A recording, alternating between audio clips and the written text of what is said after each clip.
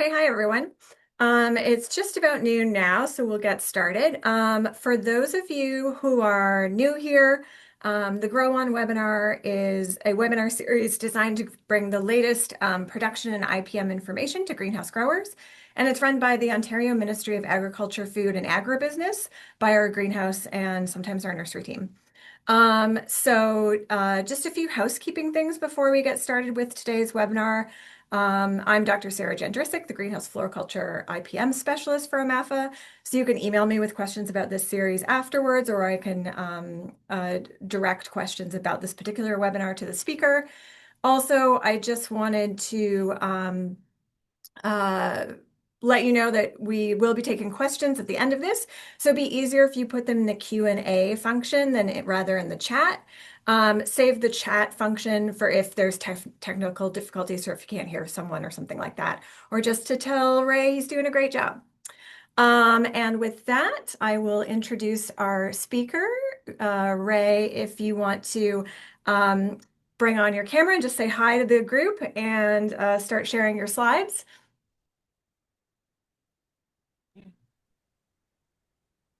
There he is. Very much. So we're happy to have Dr. Raymond Cloyd here today. He's a professor and extension specialist at Kansas State University. His research and extension program involves pest management and plant protection in greenhouses, nurseries, turf, and a bunch of other crops. I'm sure all of you have read or heard Ray's material over the years, as he's been working in this field for over 25 years, and he's got more than 60 extension publications and has published more than 900 trade magazine articles over his career. And he's got a wide interest in pest management issues. And I know mealybugs is one of his expertise. So that's why we invited him in today. So take it away, Ray. Well, here it's different. But good morning, good afternoon, everyone. I want to thank Sarah for inviting me to speak and educate you today about a pest that I think is bothering everyone out there. This is an insect that I've worked with for over 30 years of my career. I did my PhD with citrus mealybugs, and we have a research program that now is going on in 20, 25 years. We have research going on right now you can ask questions about. But the topic is challenges associated with managing mealybugs in greenhouse production. So that's me. That is not a green screen. That is in Venice. My wife and I went many, many years ago. I do think you should include on your bucket list. On the right would have been the Rialto Bridge, but Venice is just a wonderful place to visit. We're not here to talk about Venice. What we're here to talk about is mealybugs. The way this presentation is organized, I'm going to give you a brief introduction, and then we're going to talk about mealybugs. Everything you want to know about mealybugs, but we're afraid to ask. Biology, behavior, and damage. And then we're going to talk about the plant protection strategies. That includes scouting, cultural, physical, insecticidal, and I'll mention biological, but it's somewhat limited at this point, and I'll get into that near when we talk about that, discuss that topic. And as Sarah mentioned, if there's any question discussion, you can ask them at the end. So, how do I get rid of mealybugs? But let me first put a little caveat out there for someone to ask the question, why are mealybugs a problem now? And now is in quotes, but why are they more of a problem than, say, the other insect pest? I can say very confidently that mealybugs are the number one insect pest. They're much more difficult to manage than thrips, whiteflies, aphids, fungus gnats, and spider mites. And as we go through the course of the presentation, I think you'll understand why. Okay, so how do I get rid of mealybugs? That is a very difficult challenge. Okay, mealybugs are sneaky insect pests. Some people think they eat plastic containers. They don't. These are the male cocoons. When the males come off the plants, they will actually congregate around plastic, and we'll talk about how they become winged individuals. On the right, mealybugs are one of the few insect pests in greenhouse production systems that tend to feed on the stems. Now, aphids will do that, but thrips, spider mites, Whiteflies tend to feed on the leaf undersides. Okay, so mealybugs, their feeding behavior presents a challenge. So mealybugs. Mealybugs feed within the vascular system, removing plant fluids. They're known as phloem feeders. They damage symptoms include leaf distortion, plant stunting, and plant wilting, and they produce a copious amounts of honeydew. That's that sticky liquid that gets on plants, and we'll talk about that. You have to understand the life cycle of a mealybug to understand why there are challenges. So let's start off with the crawler stage or the nymph. So the nymph goes through a series of end stars, molts, and sheds the old cuticle. Then they develop this hydrophobic waxy cover. Then they continue developing. The female goes through 3 to 4 instars, the male about 3 to 5. Then the male becomes a winged individual, has no functional mouthparts. His sole purpose is to mate with a female. Mates with the mealybug female, and for citrus mealybug, you'll start seeing the female develop a cottony mass. That's where the eggs are laid. And then she dies, but not before laying her complement. And some mealybugs can lay up to 800 eggs during the life cycle. This life cycle is less rapid than spider mites, thrips, and whiteflies. It's about 25 to 60 days, but that's going to be contingent on environmental conditions, primarily temperature. The higher the temperature, the shorter the life cycle will occur. Under cool conditions, low light, it's going to take longer. Okay. And we're going to come back to this life cycle several times during the course of the presentation because it's really important to understand the life cycle to understand why this insect pest is such a challenge. Okay. So on the left is the female citrus mealybug. On the right is the male. The male, no functional mouthparts, has 2 cerci at the back with wings, mates with the female, and dies.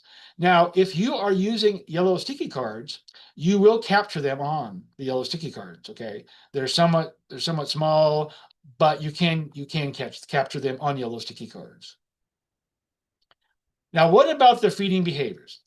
The mealybugs, there are various feeding behaviors. We call phloem feeders, xylem feeders, chewers, miners, chlorophyll feeders, and mesophyll and epidermal fluid feeders. Mealybugs feed in the phloem, but they're not restricted to the phloem. They'll also feed in the mesophyll. And that's really important to understand when we talk about systemic insecticides. They do feed similar to aphids and whiteflies, but there is some differences physiologically in the way they feed on plants. Okay. So if we look at a plant diagram, the xylem and the phloem we refer to as the vascular tissues. They are feeding within the phloem, but they're also feeding within the mesophyll cells too. So they're not restricted. So whiteflies and aphids primarily feed in what we call the phloem sieve tubes. Mealybugs are not restricted to that. Okay? So you need to know the feeding behavior. Okay, well, there are many mealybugs out there, unfortunately, I guess, but as an entomologist, not. The main one we deal with in greenhouse production systems is the citrus mealybug. I've been rearing that insect for 25 years now, but there are others. Long-tail mealybug we find in interior plantscapes, conservatories. Madeira mealybug, we've seen that on chrysanthemum and marigolds. Mexican mealybug, Biscanthus mealybug, obscure mealybug. Several those are on tropical plants, and then there are those that feed on the roots. Rhizophius, we have root mealybugs, like there are root aphids, and they're very difficult and a challenge to manage when they're in the growing medium. Okay, this is not an exhaustive list, but this is some that are commercially available. The main one overall is going to be the citrus mealybug, and a lot of our data, which I'll present, is related to efficacy on citrus mealybug. Another one out there is the pink hibiscus mealybug, which was an invasive species and was a problem in the 80s and 90s. Okay, so mealybugs feed on the leaf underside, and this is a wonderful picture of mealybugs feeding on a coleus, red coleus. Coleus, without a doubt, is one of their favorite hosts, plants. So they feed on the leaf underside. Now, what you'll also get is competition. This is a poinsettia leaf with whiteflies, but we also see mealybugs congregating on leaf undersides. And actually, what we have found observational wise is they will outcompete whiteflies. And over a period during the growing season, leaves will be more mealybug. That is, the ratio will be higher for mealybugs than whiteflies. Okay. And I'll say it right now is we have a number of biocontrol programs on poinsettias using parasitoids. And one of our concerns is why flies starting to disrupt that program because we don't have many biocontrol agents, if any, for mealybugs. And so that is a concern is mealybugs compromising or disrupting biocontrol programs for whiteflies on poinsettias. Here, again, here are mealybugs feeding on the stem. Okay. One of the few insects we deal with that actually does that, especially in older stems. And here they are feeding on poinsettia stems. Okay. Most of these images are of citrus mealybug. Okay. Citrus mealybug can be identified when you get to the later unstar stages with that gray stripe, that beige gray stripe that runs down the back of the body. Okay. You got this? So that's the insect, but what about the residues? Well, mealybugs, like aphids and whiteflies and soft scales, emit honeydew. That's a sticky liquid that attracts ants and wasps and hornets, but it also serves as a growing substrate for black sooty mold, which can actually block photosynthesis. Okay, so as they're feeding, they take in so much carbohydrates from the phloem that they exude it out as the honeydew. And then ants come in. Now, ants will protect mealybugs like they protect aphids and whiteflies and soft scale from their natural enemies or biocontrol agents, parasitoids and predators. The aphids also feed on the honeydew.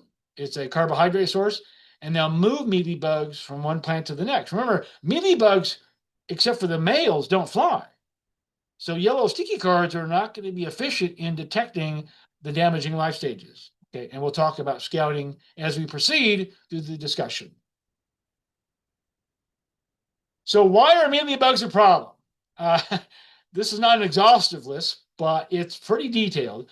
They tend to feed in what I call concealed or cryptic habitats, which makes them difficult to detect and the ability to get contact with this insecticides. And I'll give you some images of that. Their early nymphal instar stages are hard to look at. They can blend in light colored plant material, and all of a sudden later on you'll notice these plants infested. Okay, the later nymphal instars and adults develop a protective waxy, what we call hydrophobic water repellent covering. And that's extremely important to understand because once they develop that, then the use of contact insecticides starts to diminish because that waxy coating keeps the spray solution above the body and the material never gets into the exoskeleton cuticle to penetrate the body. Okay. And again, that's why I presented the life cycle. In general, mealybug females can lay up to 800 eggs during their lifetime. Now, that will vary depending on the species and the host quality that they're feeding upon, but that's a potential or possibility. They feed in a wide range of plants.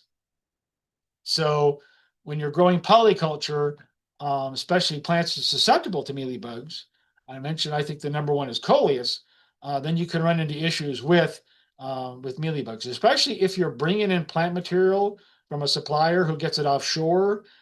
That's one of the main ways that mealybugs can get into greenhouses and then start an infestation. Okay, so those are the big five. There's probably more. So succulents have become very popular in the US, and I think so in Canada, but sempervirens, for example, when a mealybug gets deep down in there, it's almost impossible. Well, I would say it is impossible to get contact, mainly because the waxy leaves of succulents do not allow for thorough coverage. Okay, even if you had a surfactant. So again, mealybugs, and if we're talking about orchids, the sheaths on cattleyas and dendrobiums, they'll hide in those old sheaths for pseudobulbs, and you'll never see them until the entire orchid is covered in white. Okay, so Feeding in these locations, they escape exposure from visual observation, scouting, spray application of insecticides, and the biocontrol agents that are available. So now with that introduction to the damage, the biology, let's talk about the plant protection strategies. Now, plant protection is also called pest management, but I got away from that term and I call it plant protection, probably based on my sabbatical in Australia and New Zealand in 2014, but also we're overusing pest management. And plant protection means just protecting your plants from harmful organisms. And that includes diseases and other potential problems out there. But the five main strategies are scouting, cultural, physical, insecticides, and biological. And the reason why biological is in blue is because of the limited availability of biocontrol agents as of today. And we'll talk about that. So let's get into scouting. How many out there scout? I can see most everybody raise their hand. That's good to see. Um, Basically, you need to aggressively scout visually because yellow sticky cards will not capture the females. So here's one of our poinsettia collaborators, and we're looking for whiteflies, but we're also looking for mealybugs. And we're inspecting the leaf undersides and the stems. Actually, we pick the plants up and we just turn them over and we look for mealybugs. Now, certain plants like poinsettias, it may be difficult to see the first and second instars, but later on you'll be able to see the third and fourth. Okay, so scouting is critical. What about cultural? Well, avoid plant stress, implement proper cultural practices, including water and fertility. Use plant varieties or cultivars that are less susceptible to mealybugs if those exist. One grower recommended using synthetic plants. I don't think that's going to go over very well, but I can tell you I have never seen mealybugs on a plastic plant yet.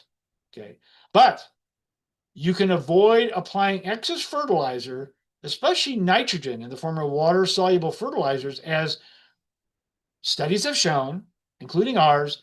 This increases mealybug female reproduction. Okay, so nitrogen over fertilization has been well documented for aphids, spider mites, and soft scales. But this is some data we generated, or one of my graduate students generated. So on the y-axis is the number of eggs. On the x-axis is the ppm, parts per million, of nitrogen fertilizer. We looked at the impact on green coleus and red coleus. You can see the more nitrogen you give them, the more the females lay eggs. Now, there's a difference between the green and the red. That's because of the variegation. So, in the public, Brian Hogendorf was one of my graduate students, along with John Swader, who is a collaborator. We did basically quantitatively showed that you only give plants the fertility they need. Okay? And that should avoid problems with not only mealybugs, but some of the other arthropods that can be a problem in greenhouses. So this is cultural. You can wash nymphs off plants with a high pressure water spray. These are for like woody plant material if you've got them, or pet plants, which you shouldn't have, or you can brush them off with a toothbrush as long as you're not going to use that to brush your teeth that evening.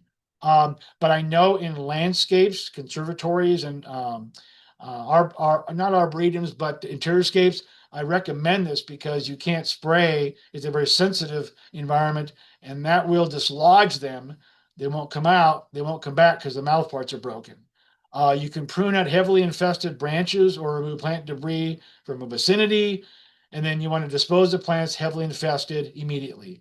I get the question, well, what do you mean heavily infested? When a plant is over 30% infested, based on your observations, it's time to get rid of it. Okay. You can give it to a neighbor, competitor, whatever, but you remove it from the greenhouse operation because it becomes a source to infest other plants, especially when leaves are touching. So when leaves of plants are touching, when they're spaced close together, that allows mealybugs to spread from one plant to the next. Okay. But if you're scouting, hopefully you're going to avoid having to deal with these heavy infestations. So, what would you do in this situation? How did this happen? Well, every female that survives can lay up to 800 eggs. Okay, so this is what happens when you don't scout. You've got first, second instar crawlers. You've got third, fourth instar nymphs of crown. This is a situation you definitely want to avoid. Okay, there's been somebody has said to me, can we market that as a cultivar of coleus called snowflake? You'll have to contact the suppliers because I really don't think that's going to make it, okay, overall.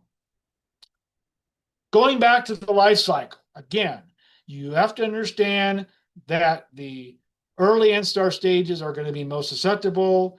Then you're going to have difficulty when the mealybugs are in later instars, okay? And one of the most difficult situations to deal with is when you're having overlapping generations and multiple life stages present simultaneously. And we'll talk more about that as we proceed through the presentation. Or if you have any questions, you can ask at the end. Okay? So, what about insecticides? Number one, repeat or multiple applications will be required as nymphs do not emerge from eggs simultaneously. So, under those egg masses, they're not all going to come out at the same time. It could take them about 2 weeks for all, say, 800 to emerge from the dead female and start infesting plants. Okay? The nymphs and the crawlers are the most susceptible life stage to insecticides because they have not formed that protective waxy cover. Again, there they are. They have not developed that hydrophobic waxy repellent covering that protects them from contact insecticide spray solutions. Okay? And like all of our arthropods in the greenhouse, you want to rotate insecticides with different modes of action to minimize the prospect of resistance developing in mealybug populations. Now, compared to thrips, aphids, whiteflies, and spider mites, insecticide resistance hasn't been studied as often, but there is information out there. I have written an article, and I'll present more, that mealybug populations can develop resistance. Okay, and that's why it's always important to rotate uh, insecticides with discrete or different modes of action routinely. And I'll provide an example of that as we proceed through the course of the presentation. Okay, so there's the target stage. This is the easiest life stage to manage. And I like this image because I was giving a presentation at a minimum security prison. I was not an inmate. I want to state that right away. But I was talking about life stages and other aspects of entomology. And one of the inmates said, that's a cool looking bug. Look at the shades on that dude. And I had to tell him, that's the butt. Here's the head. So that was an interesting discussion afterward about where the head and the butt is on the insect and where they place the shades. Okay. So resistance. So this is an article I wrote in 2017 on mealybugs and insecticide resistance. And here is some, well, I'm not sure scientific peer review anymore, but here is an article that appeared relating cross resistance. And what that means is resistance to the same mode of action or chemical class in what we call the cotton mealybug. Okay. So letting you know, yes, there are cases or document studies have shown that resistance can occur in mealybug populations. And that is why it's critical to rotate different modes of action. So what about insecticides? The two major ones are contact and then insect growth regulators. Contact insecticides and IGRs are primarily going to work on the early instar stages prior to the development of that waxy repellent covering. Okay, so this is the target life stages right there. That's where you get your maximum mortality with your applications. So insecticides, this is an operation spraying for mealybugs. So the insecticides, and it depends on the type, are primarily used to keep populations of mealybugs below plant damaging levels. Okay, so the question is, what are those insecticides? Well, here's a list, and not an exhaustive list. Why are TriStar and Altus in blue? Because based on our scientific, robust studies, they give us, as foliar sprays, the highest level mortality, between about 70-80%, although that can vary. There are other materials out there, oils, Aria, which I think that's sold as Belay in Canada, um, Rycar, many different types. Okay. Are they all effective? Well, depends on operational factors. Okay. We'll talk about those. Insect growth regulators. The two that we have found in our studies, and this goes back 20 years, that appear to be effective are buprofezin talus, which is a chitin synthesis inhibitor, that's the mode of action, and kinoprene, or STAR2, juvenile hormone mimic. Now remember, the insect growth regulators only work on the nymph or crawler stage. They do not work on the adults. As all most contacts can get later instar stages, but again, they're most effective on these early instar nymphs or crawlers. Okay? So, how to effectively use insecticides against mealybugs relates to timing when the nymphs or crawlers are present.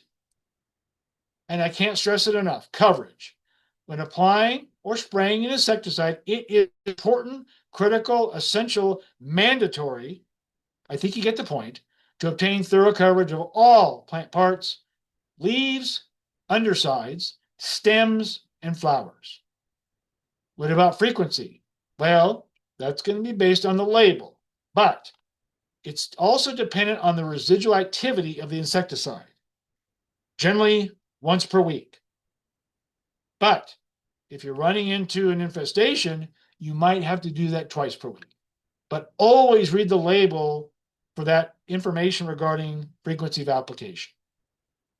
Okay? Make sense? TCF, timing, coverage, frequency. So thoroughly cover all plant parts, including leaves and stems, when making spray applications of insecticides. Make sense? So let's talk about mealybugs in our research. I've been rearing mealybugs on butternut squash. This is not ice cream. It's butternut squash that is infested with citrus mealybug. Okay? This is our stock colony we have in our laboratory. Then we use coleus, red types. We were using mariposa, but now we like redhead. And this is how we set up our trials. Okay? So we artificially infest the plants with a known number of mealybugs from our colony. Then we make the applications, whatever the interval is. We basically we do destructive whole plants. We count the number of mealybugs, live and dead, and then we take the number of dead divided by 100 and get the percent mortality. Okay, and that allows us to come up with that percent mortality. If you don't do that, you can't get that value. Okay, so all the y-axes you're going to see are percent mortality based on what I just showed you. Okay, you ready? Here we go. So the first one is we were doing foliar applications looking at this is altus and flunicamide, which in Canada I think is Belay. Here it's Aria. And we did multiple applications, and after the third application, we were able to obtain 100% mortality, okay, which was significantly different from the control, okay. And again, this is the importance, I'm going to highlight it, spray coverage and frequency of applications. So this is one of my grad students, Devin Radosevich. We were looking at spray volume and frequency impacts on insecticide efficacy. And our study emphasizes the importance of spray volume and application frequency with using insecticides to keep citrus mealybug populations below plant damaging levels. So on the y-axis is the mean percent mortality, which I showed you. And on the x-axis is acetamiprid tristar, flunicamide Belay in Canada, cyfluthrine, and water control. And we were looking at different volumes of spray solution. And in general, the higher the spray solution, the higher the level of mortality. You can see that really well for tristar, and that is why we recommend it. Aria and cyfluthrine didn't quite make 50%, okay? But overall, the higher the spray volume, which leads to higher probability of contact, the higher the mortality. So our study indicates that greenhouse producers must consider spray volume and application frequency when using insecticides to manage citrus mealybug. However, science is never settled, so further studies are needed to conduct to determine how plant architecture. I mean, we were using pretty small plants. What about when you're using bigger plants? Okay. By using water sensitive paper. How many out there use water sensitive paper to assess your coverage? It should be mandatory. Okay. We use it in all of our outdoor field research and indoor field research. What is water sensitive paper? Well, it's paper that's coated with a dye. It's initially yellow, similar to a yellow tiki card, but when it gets wet, it turns blue. And T-Jet is one of the suppliers that we utilize for the water sensitive paper. So it's initially yellow, but if you get blue, you're getting good coverage. Okay. You don't want this. You want this. Now, remember when you're using water sensitive paper, wear gloves because if you sweat, you're going to have blue on it. Okay. So place them out among the crop. You can place them in the interior canopy or wherever, and then make your spray application. Come back and look how well you're doing. Okay. If you're getting this, you need to make adjustments. Okay. Either slowing down, changing your GPMs, maybe changing your nozzle, some of those factors to enhance coverage. Okay. So this is an example of some work we did down in South America looking at coverage. And the bottom line was when we got closer to the plants and we slowed down, we got better coverage. This is what we got. We didn't want this. So once you assess your initial coverage, then you can make modifications to get that coverage to be a lot better. Okay? Have any questions? Let me know at the end or send them to Sarah. Okay?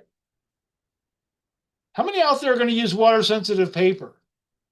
I hope many of you will out of the people that are online. Okay? So, what are some of the factors that contribute to the inability to effectively manage mealybugs? Well, not implementing an aggressive scouting program, using the inappropriate insecticide, poor coverage of plant parts. I've already talked about that. Improper timing, talked about that. What's the life stage most susceptible to spray solutions? First, second instars or NIPS. Extended insecticide application intervals, not frequently enough, and not disposing of pet plants.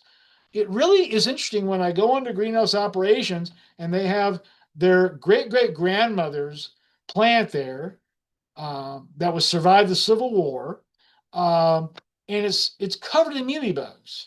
And I kind of scratch my head and wonder why is this plant here? And in most cases, they dispose of it. But some of them have a strong affinity for these that they'll either use a high pressure water spray or spray them with something. Okay. But any plant that harbors mealybugs should be immediately removed from the greenhouse. Make sense? Good. Now, the feeding behavior. Although mealybugs feed like aphids and whiteflies, they feed in the phloem and or the mesophyll layer. So they're feeding differently than aphids and whiteflies are. Their feeding involves variations in the number and length of time of intracellular punctures, that's in the mesophyll, intervals between the first phloem ingestion periods, and the stylet motility, or movement during the phloem searching process. So when aphids and whiteflies insert their mouth parts, it's pretty well it stays in the phloem sieve tubes. But mealybug mouth parts move around. Okay. So the question that we need to ask is, does feeding behavior impact the ability of systemic insecticides to manage citrus mealybug populations below plant damaging levels? And that was our 10-year research we did, which we have concluded. So the question is, are systemic insecticides effective against mealybugs, in this case, citrus mealybug? I'll be presenting data out there. So what are systemic insecticides to begin with? Well, many of you know that you apply them as a drench or granular to the growing medium. You water them in, and then the roots absorb then translocate and distribute the active ingredient into the plant parts where insects are feeding. Okay? They need to be applied before the pest is present because of the lag time from application, absorption, distribution, and translocation. Okay? Got that? All of the data I'm presenting is based on applications to the growing medium. So when that active is moving in the plant, it gets into areas where mealybugs maybe are feeding. Okay. Remember, mealybugs feed on the stem and on the leaves. Okay. Percent mortality, treatments. Okay. So thiamethoxam, imidacloprid, dimetefron, water. Those are the neonicotinoids. We did assessments 14 days after treatment all the way to 49. We got high mortality after 21 days, but then it started to tail off. One thing I want to say right away is that thiamethoxam converted into the metabolite clothianidin, which is another neonicotinoid, and we think that's the reason why thiamethoxam tends to give us better mortality of mealybugs than the others. Now, when I say better, I'm using that very loosely, okay? Because overall, they're not providing substantial mortality of mealybugs, okay? So then we did 2x the label rate. And guess what? It was worse. 50%, not even 50% mortality. Obviously, some significance, but the bottom line was mealybugs were not being controlled. Then what we decided to do is measure the active ingredient in the leaves of poinsettias and assess that with mortality of mealybugs. Well, let me explain this. So black and yellow are two different rates of imidacloprid, marathon or merit, and the blue and orange brown bar are two different rates of dimetefron, which is sold as Safari. After 4 weeks, you can see, and this is because dimetefron is more water soluble than imidacloprid. It's about 39,000 parts per million versus a little over 600. Okay, that's why you're seeing the difference here. But the bottom line was, even though we had a high, I would say, percentage or not purport, more active ingredient, we were still getting less than 50% mortality of mealybugs. Okay, so they were not working. One of the reasons is where mealybugs feed. They feed on the stem. So the question is, are they ingesting lethal concentration of the active ingredient, or are they simply escaping exposure of the active ingredient when it's moving in the vascular tissues to get in the leaves? Okay, so we did another study and we looked at where they're located. Thiamethoxam, imidacloprid, and dimetefron water. And what we found was, we meaning research assistants and graduate students, that mealybugs are feeding primarily on the stem. And it was statistically significant. Okay, so that again leads us to that question: are they escaping exposure, or are they not withdrawing lethal concentrations of active ingredient? So preventative means before. So we did an application and we did assessments at 33 and 40 days and below 50%. Okay. Then we looked at some other systemics. Contos as a duractant and mainspring. We looked at evaluations 24 days after application and 31, and we didn't even reach 50% mortality.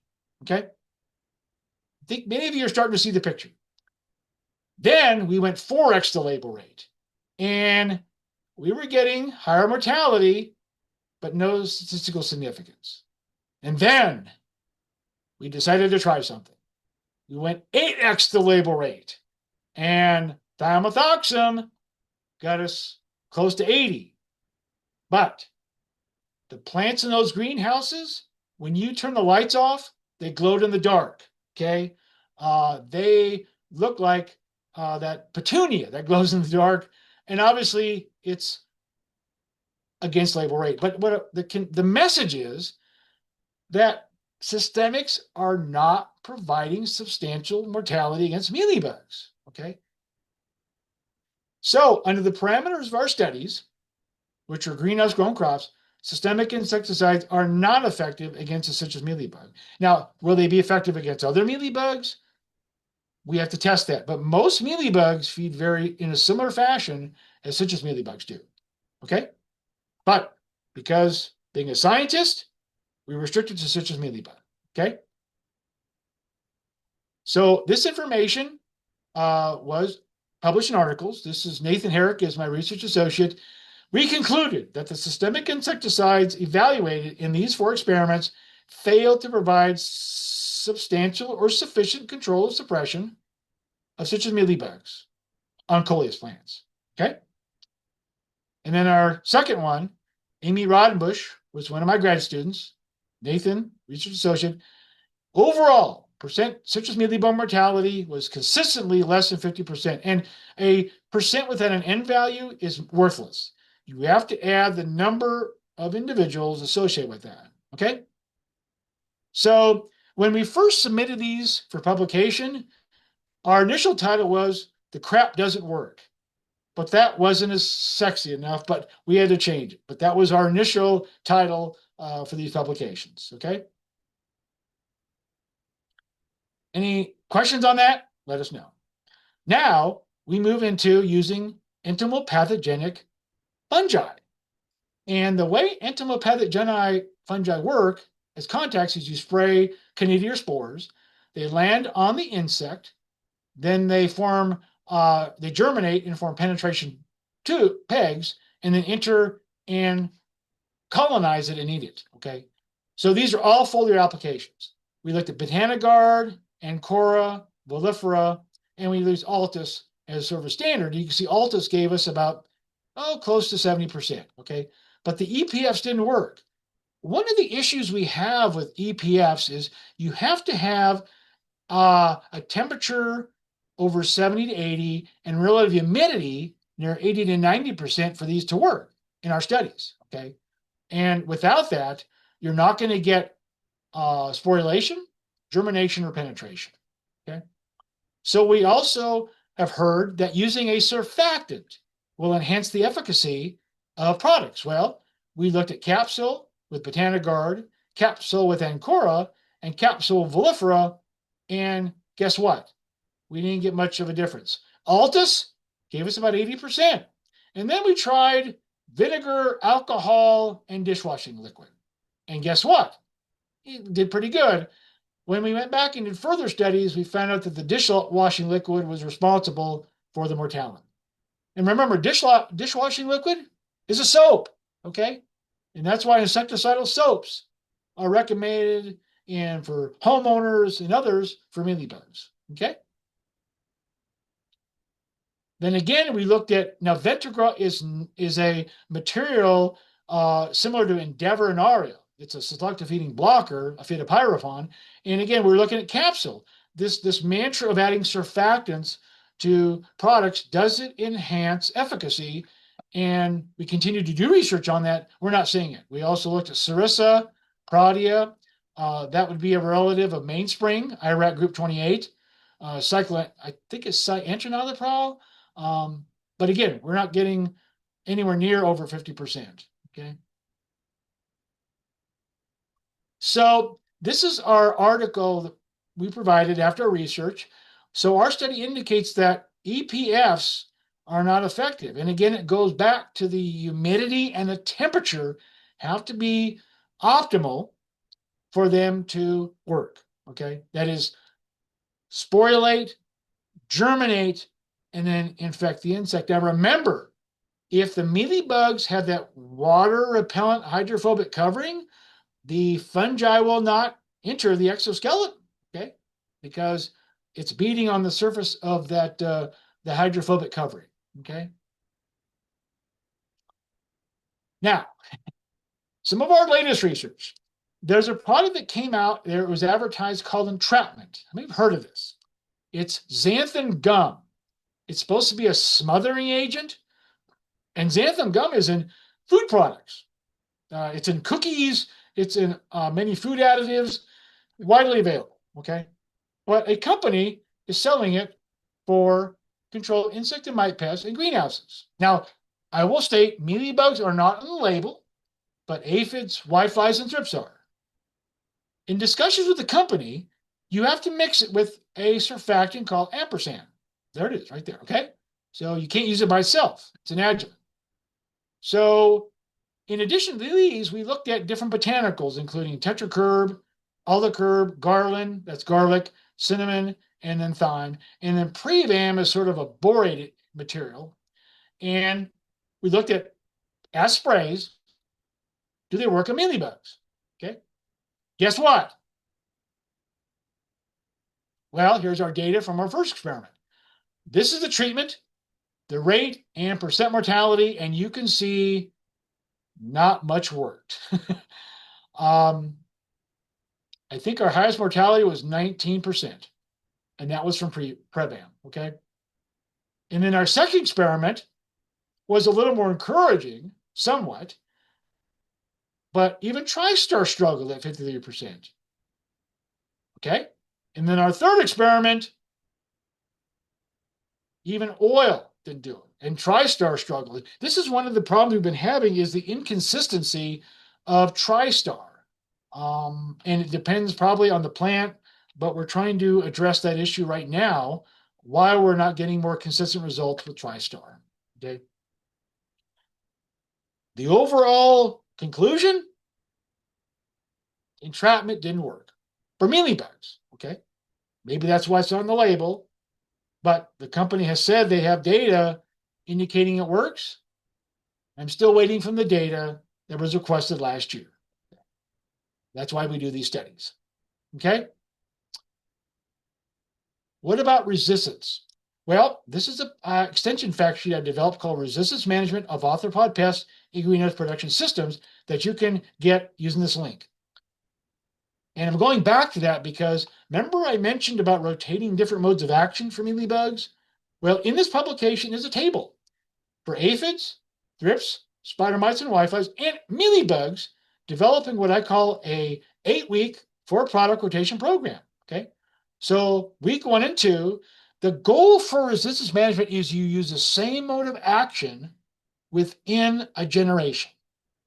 Okay. Which is about, remember, mealybugs, 25 to 60 days. Well, under greenhouse temperatures, we'll say every 2 weeks. Okay. So weeks 1 and 2, TriStar, 3 and 4, Rycar, 5 and 6, N-Star, 7 and 8, Sulf Oil X. And then you can come back. And then here's another one, which is Impede, Ventrigra, Talus, and TriStar.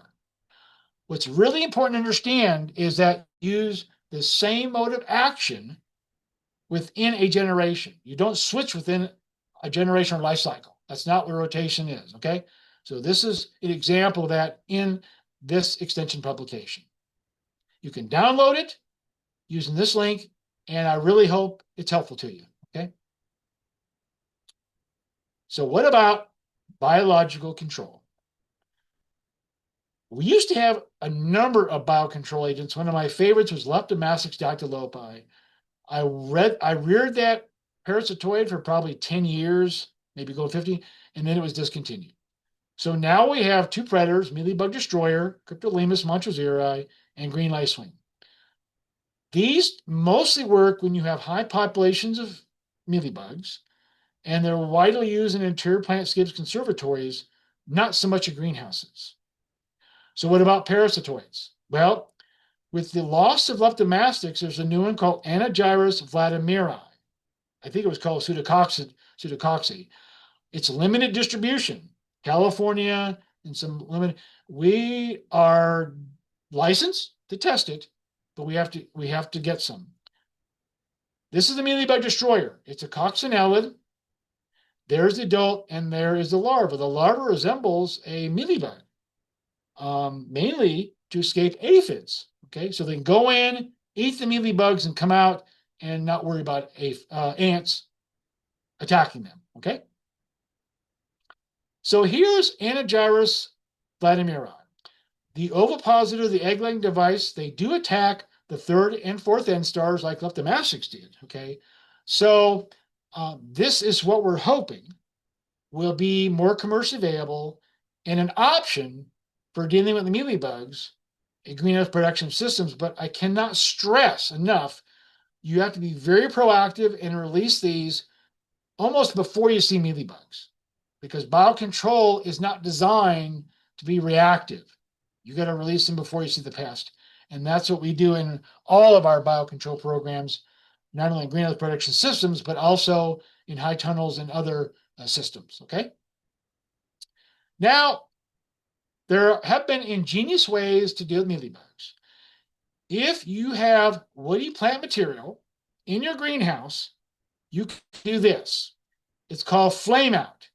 You take a propane torch, propane, you light it, and it will burn the mealybugs off the woody plant system.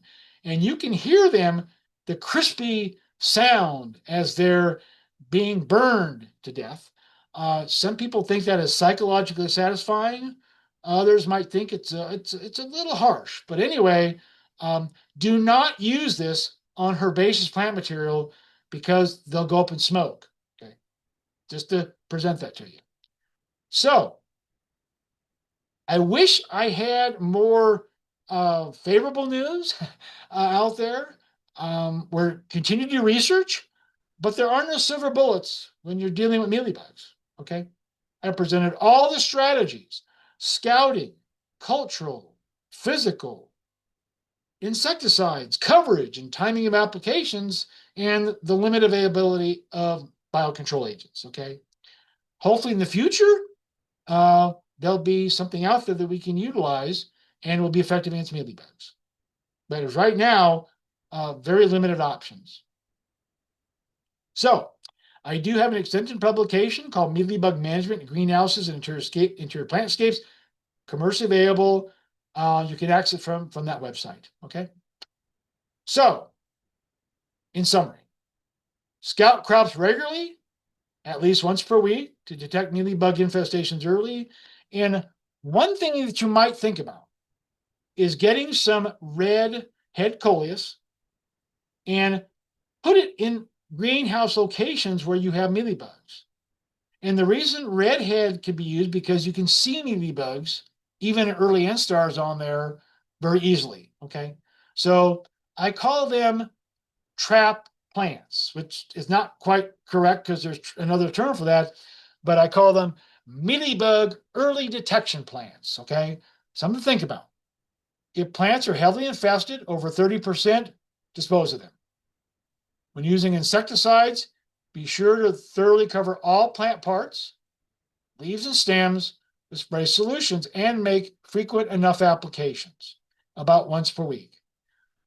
As I highlighted with our research, systemic insecticides are not effective in managing citrus mealybug. Okay. If you have any questions, contact your regional extension entomologist. Sarah's up in Canada. I'm here in the US for more information. Okay. So it's been a pleasure discussing mealybugs. So I thank you for your attention. Hope you all learned something. That's all I have. If you have any feedback, there's my email address. And if there's any questions, I will turn it back over to Sarah.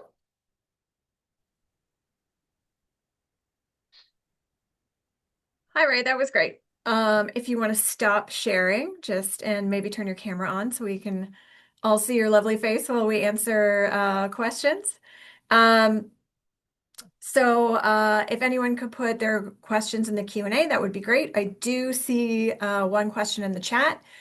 Someone's asking about biocontrol, any information of control with Chrysoperla. Is there any data regarding that?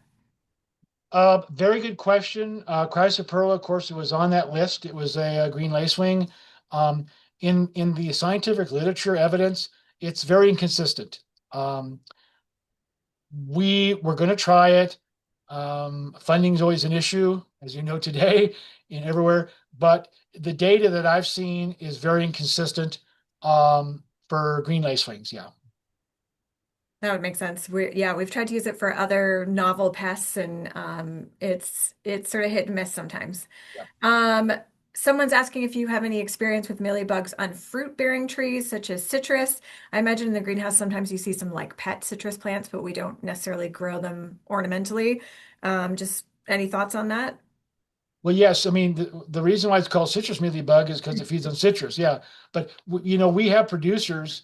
I handle fruit crops and vegetables here in Kansas Midwest.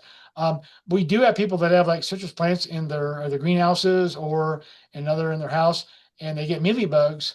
And I just tell them take it outside, hit it with a high pressure water spray, and just dislodge the mealybugs. That's probably the easiest way to deal with them. Yeah. A lot of my questions you addressed in your presentation because it was so thorough. I was really going to ask you whether spreader stickers would help, and you answered that, and microbial insecticides, so that's great. Um, just a clarification about increasing the volume to make sure you get good coverage. You're keeping the rate the same, correct? It's just you're putting it on at a higher volume. Yes, we're following the label rate. We're just increasing the volume. That is, um, instead of spending maybe 5 seconds on a plant, you spend 10 to 15. Yeah, yeah. Yeah, that makes a lot of sense. Have you seen mealybug, specifically obscure mealybug in tomato crops at all? That's a good question because I got a obscure mealybug sample from somebody in Pennsylvania this year. Um, no, I have not seen on tomatoes. What we have seen on tomatoes is citrus mealybug. Yeah, Okay. but Um, I've not seen obscure. Yeah. I have a question about mealybug infestation in poinsettia. We do get it up here in Canada, but maybe not as often as it seemed like you were mentioning in the US. Do you think it's coming from the poinsettia cutting suppliers? I know some of them have been turning towards biocontrol programs, which I think is great, but then you do get some secondary pest outbreaks. Or do you think the chance is higher that it's an outbreak coming from your own greenhouse, like from a previous crop, or people transferring it by accident, or like you said, ants or whatever carrying things around? I think that's a good question. I think it's the latter. That's why weed management is critical. We have found mealybugs on certain weeds, and there's documentation they'll get on purslane and mallow. So it might be a combination of that, but when working with producers, I stress sanitation to the utmost. I mean, that's if you start clean, the likelihood of getting mealybugs will be lower than if you finish a crop and you right away put another crop without doing any sanitation, like weed removal, which is critical, or removing pet plants or any leftover plants. Yeah. Great. Someone's asking about the articles on life cycle. I did pop the fact sheet Ray referred to in the chat on Mealybug in general. And they're also asking about the rotation guide. I wasn't able to find that real quick, but I can email that out to everyone afterwards. Ray, if you want to send that to me, I've got the email list so we can send that to you guys. Someone's asking about water soluble paper. What's the best way to use it? Do you want to hang it? Lay it down, etc. I did also pop in the link, just some advice we have from our own MAFA staff. But my understanding is you actually want to put it like the target of what you want to hit. So lay it on the leaf or the underside of the leaf. Is that how you use it, right? Yeah. The link I provided for that resistance management publication, you can't access from that. Um, I don't, I think it went by in the presentation so quickly I wasn't able to click on Oh, it. So I okay. can provide everyone with copies of your slides if that's okay with you too, and they can Yeah, access it from there yeah, too. yeah. Because Okay. I always check those before I'm done. But yeah, to answer your question about water sensitive paper, Sarah's, yeah. Now that'll vary. Like if you're dealing with like a ground cover, low growing crop, you want to put it in the plant where you're going to spray. I really, if you've got larger plants like a coleus, you definitely want to put it in the interior canopy and one on the outside to make sure you're getting coverage on both the interior canopy and the outside. So yeah, it depends on the size of the plant. But yeah, wherever you're going to spray, put them there. What I recommend is have somebody put those out, and then you come in afterwards. You don't know where they're at. So, and then like 15 minutes later, you can go back and check them. Yeah. Yeah, that's what we recommend too, is having someone else put them out blind so that you don't Yeah. accidentally be like, oh, give this plant a little extra spray. Yeah. So you actually get a picture of the true coverage of whoever is spraying. Mhm. Someone has a great question. Will Millibug live on benches between crops? Like how long can they last in those crevices and on the edges of pots before they actually die?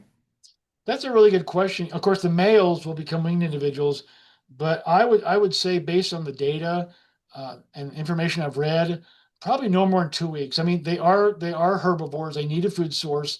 They're not like female spider mites where they can sit there and overwinter and they come out as orange mites. But I would say, no more than about 2 weeks on a bench, metal or wood. Yeah, I mean, they're not going to eat those. Yeah. So Yeah. they do need, and that's why it's important to remove weeds because weeds can serve as an alternate food source for the mealybugs that are in the greenhouse. Yeah. I have a couple pesticide questions. So you mentioned that Altus and TriStar are sort of the ones you found work the best. I know they have contact activity, but they also have translaminar activity. Do you think that helps improve the efficacy having a product that is contact and translaminar? So at least your coverage doesn't have to be perfect. It is getting sort of to the underside of the leaves, or what are your thoughts there? That's a really good question. And it's one that I'm still debating. Um, you have to understand translaminar means it gets into the mesophyll and other layers and sits there for maybe 7 to 10 days. That depends on the plant type and the rate and the material you're using. Um, I'm not sure, based on data, that translaminar would be effective totally on mealybugs. So that's why I recommend, even if it's translaminar, like you mentioned, TriStar. Um, I think even Aria has some, Belay has some translaminar, as well as in Endeavor and those types. I still recommend thorough coverage leaf underside. Yeah. Yeah, that makes sense. We do actually see really good effects we had a mealybug study group up here, and we have a lot fewer chemicals than you do. And there weren't a lot registered at the time when we did the study, but drenches of Aria seemed to work well for us, but we were using mostly small potted plants like poinsettia and chrysanthemum. And I wonder if there wasn't a bit of sprenching happening. Do you know what I mean? Hitting it Yeah. leaves and getting some Right. into the systemic through the roots as well. So, if you had any thoughts on why that seemed to work for us, that'd be interesting. I think is what you said is, ours are either granular or targeting the soil application. If you're getting sprenching or whatever, you might get some contact. I think it's important to understand ARIA or belay or flunicamide. It is a selective feeding blocker. It's an IRAC group. It got moved into 29. 29. It's very similar to Endeavor and Ventegra. Um, and most of those I know Endeavor's not registered because we've tested them. They because mealybugs don't specifically feed in the phloem sieve tubes, they're not effective as systemics. And of course that would complement what we found out with the non-selective feeding blockers are. So yeah, I think there's something else compounding or related to that sera that's resulting in some level of mortality. Yeah. Yeah, it's really complicated when the life cycle and feeding type of an organism like this is so complicated in and of itself. So, Mhm. someone's asking about any advice for root mealybugs. How do you tackle those? That is a good question, and it relates to root aphids. I've got that question several times this month. Um, they are very difficult, and the reason why is because they have this fuzzy cottony mass and they again escape exposure. But your insecticides vary differently in the growing medium. I know Botanigard was registered, and I've heard others. The results are very inconsistent because it depends on the life stage, the growing media type you're using, the moisture level, which is critical for EPFs. Um, so I would say my advice is when you see them, dispose of the plants immediately. Yeah. Yeah. But also be aware of that plant. And the question you might ask is, where did I get it? Okay. Hmm. Did it come from the supplier or do I have an endemic population? That's my always question. Where did they come from? And of course, you know, the and that was one of the questions I asked is the reason why mealybugs, I think, I'm hypothesizing are a problem is just the globalization, the movement from plant material to the next. And because where mealybugs hide and their size and everything else, they can escape exposure. And so that was in addition plant breeding, the use of neonicotinoids, which or systemics, which don't work, that led to a vacuum where mealybugs could increase because they don't work overall. So those are some of the reasons that I suggest or hypothesize why mealybugs are a major pest and continue to be. Yeah. Yeah, that makes sense. Someone was asking what the rate per liter you were using when you added the 70% alcohol to the dish soap, but I think in your presentation you said it was really the dish soap doing the job. Um, But if there's a use for alcohol in any other way, is there a rate you have for that? Is it just straight up the 70%? Well, we had a rate. It's in the article, Okay. but alcohol has been recommended for like homeowners for swabbing them with a Q-tip. I mean, that's one. You probably can remove them from a Q-tip. I don't know why you need to dip them in alcohol. But what we did was we actually did a follow-up study, and we took all three of those components, vinegar, alcohol, and the dishwasher, and we found out it was the dishwashing soap that gave us more, which made sense, as I alluded to, Sarah. It's a soap, not one that's got EPA registration or PMRA registration, but we did find out it was not alcohol, it wasn't the vinegar, it was the soap. Yeah, that makes sense. Um, any thoughts on controlling ants to help limit mealybug populations? Or is that not really going to help you out in the big scale of things? That is an interesting question. I really think it's if you do a adequate job scouting and minimizing mealybugs, you don't really want to deal with ants. I mean, you can control ants, but that's not really what the problem is. The problem is the mealybugs. So that's what I would focus in on. Okay, great. And the last question we've got in here is any recommendation on backpack sprayers for high coverage or any experience with foggers? And I would just, quickly add with foggers, a lot of, in Canada anyway, um, that has to be like a specified application on the label to put a chemical through a fogger. But if you have any thoughts on different backpack sprayers or the use of foggers for mealybugs, that would be great. Yeah, I mean, we when the plants are small, thermal foggers and coal foggers will work. But when plants are getting big, chrysanthemums have this. You have to use like a high pressure, a high volume. We have people like backpack sprayers, solo backpack sprayers, and then they have those large 25 to 50 gallon tanks with the hose on the end. That's what you have to do. Yes, yeah. So when they're small, about probably less than 8 inches, yeah, thermal foggers and those will work because you get good coverage, but not when you get this large plant architecture and coverage is going to be very spotty. Great. That makes sense. It really sounds like from everything you've said, it's doable but complicated, and you have to take into account the plant size, the plant species, the plant architecture, what stage they're in, what pesticides you have at your disposal, and also your spray equipment and how good a job you're doing spraying. So I hope everybody took home some messages that they can use in their own greenhouse. And as I mentioned, I'll email all those resources that Ray mentioned in his talk directly to everyone because I've got everyone's email when you registered. And if you've got any follow-up emails, feel free to contact or questions, feel free to contact myself or Ray, and we'll do our best to help you. And with that, I'll let everyone get to lunch. And thank you again, Ray, and have a great week. Thank you, Sarah, for inviting me. Hope we can do this again. Yeah, We have other topics we can discuss, but yeah, I would love that. So we'll see you thank you again everybody soon. for attending and listening, and I wish you the best in managing mealybugs. So yeah, Perfect. bye Thanks. bye. Bye bye.